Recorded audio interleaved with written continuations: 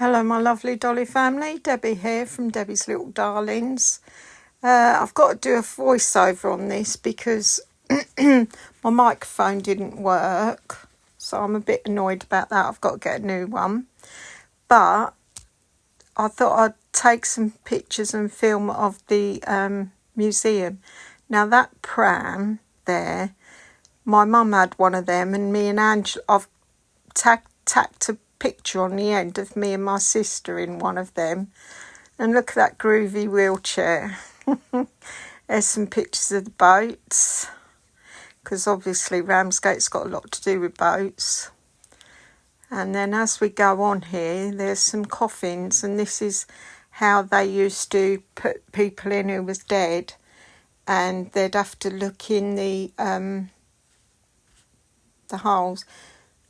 Hang on, we've come away from them because we're going in here. This is going to be a bit jumpy about, I think. I'm not the best photographer or cameraman. There's a modern, old-fashioned basket. And then some bits and pieces. We had one of them record players. It's a wind-up one when we were kids. That's my daughter. And there's the wheelchair. Look at the baby clothes hanging up there. My nan always had one of them on. And look at the Hoover and that sweeper. We had one of them sweepers before Mum got rich enough to buy a Hoover. And then as you go along here, there's the bedpan and gas masks, all to do with fire. There's ration books and stuff there. And shrapnel, and whoever's helmet that is, it was pretty damaged. A little baby's gas mask. And as you go down, I think they're setting this up. I don't think he was really allowed in there. I stopped here for a little while so you could pause the film and read it if you wanted to. And there's a phone in a box. And then there's not much after this in here, just bits and pieces like food. And there was a picture somewhere of the butchers. Look at the old cornflake box. It's amazing how they've got hold of them and all that stuff in that basket there. And Teresa's highlighting all what's in there. I'm so annoyed about my microphone. Anyway, we go along. Are we going along or are we turning around? Looks like we're turning around, yeah. They're modern day tools on the floor where they're setting it up. There's the old police whistles, the warden whistles, fire bucket, and stuff in there. The baby crib. Basket crib, some old furniture, a big old chap there, he's a warden. Now we're back to the coffins, right? They would put the bodies in these coffins, and then that little bit that looks like a toilet seat would lift up so you could see their face without seeing all what was, like if they'd got their insides blown out or whatever. A bit gory, but good idea. And then as we come down here, because this used to be a train tunnel, so it's got them little places for working men to duck into when the train was coming. And then we've got some bits and pieces in there, bullets, shrapnel, weights. What else is in there? And then you go down. The old mangle, my nan and granddad had one of them. I used to say, let me have a go. And this is the beds that they slept in when they were actually in the tunnel.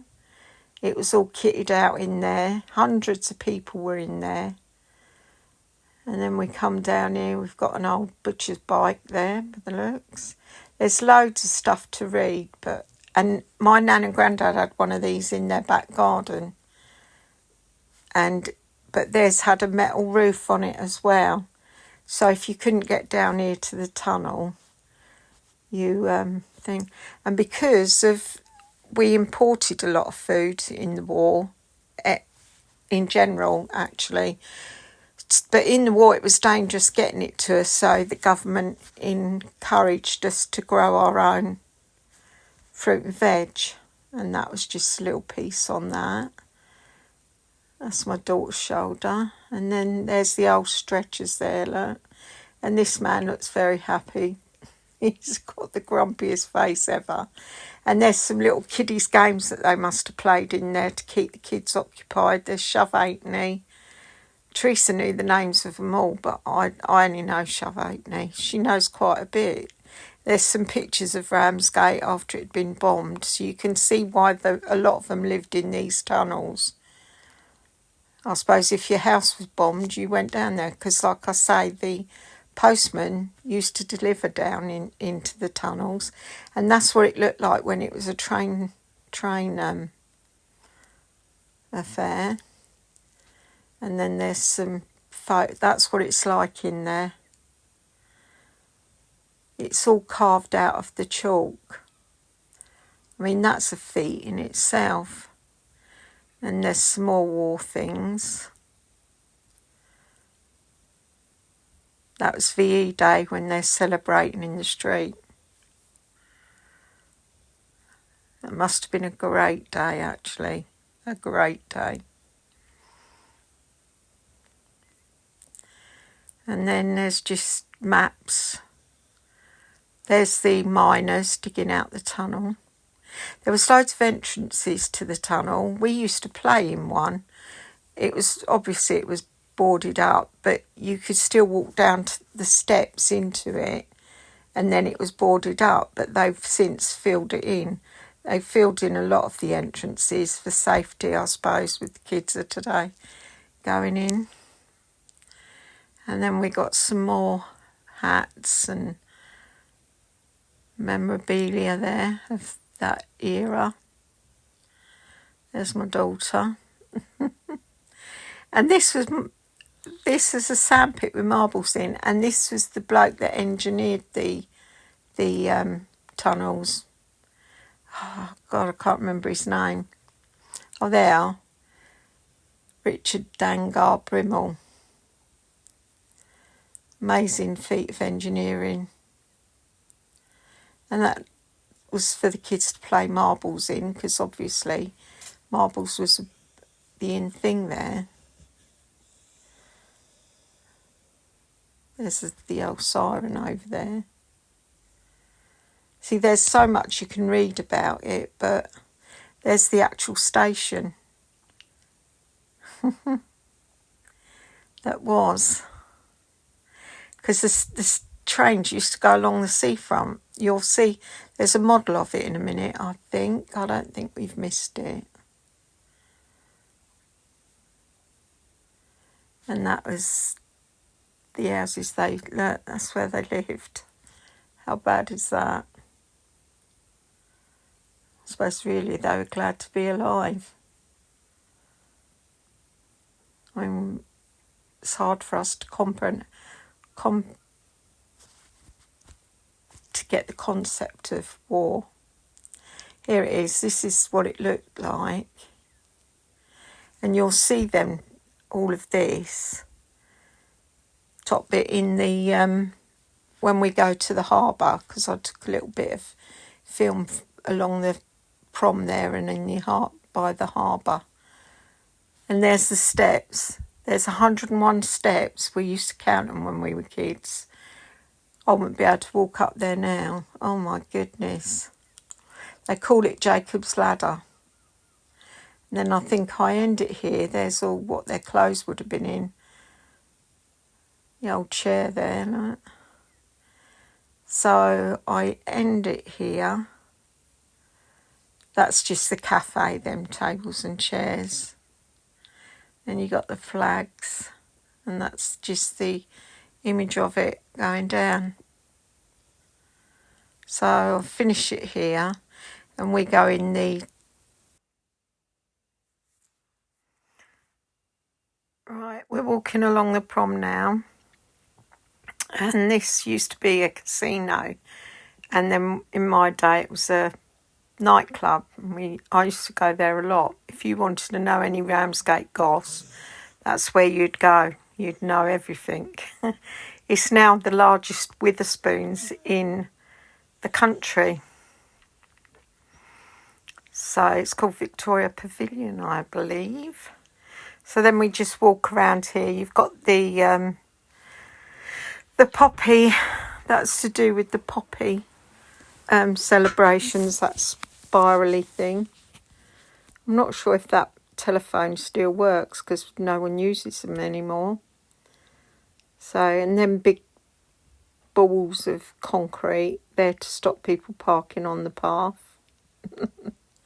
And that's the clock tower down there. And we're coming up to the harbour. I thought you'd be interested to see the harbour, and you can see the sort of like bridgey bits that were pictured in the train, because the train used to come all the way along here. And then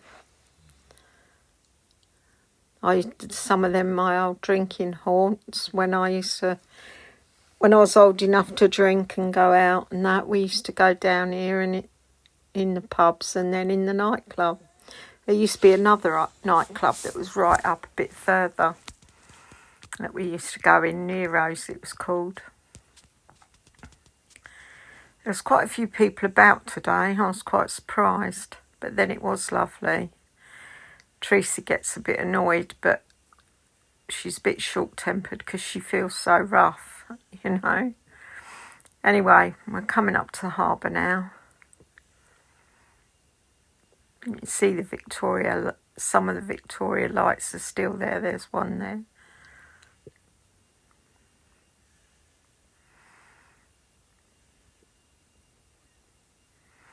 Our harbour's very well maintained now. It hasn't always been, but it is now. It looks really nice. They have this big sort of boat that goes around sifting the water and keeping it clean. There it is. And there's all the boats. It's Teresa.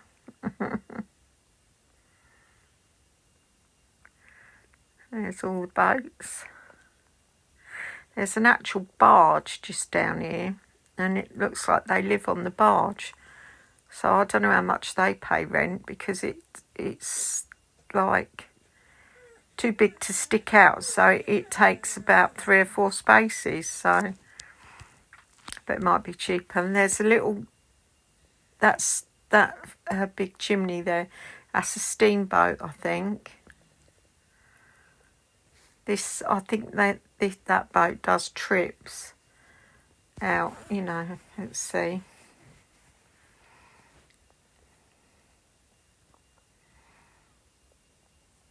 But yeah, look, clean as anything.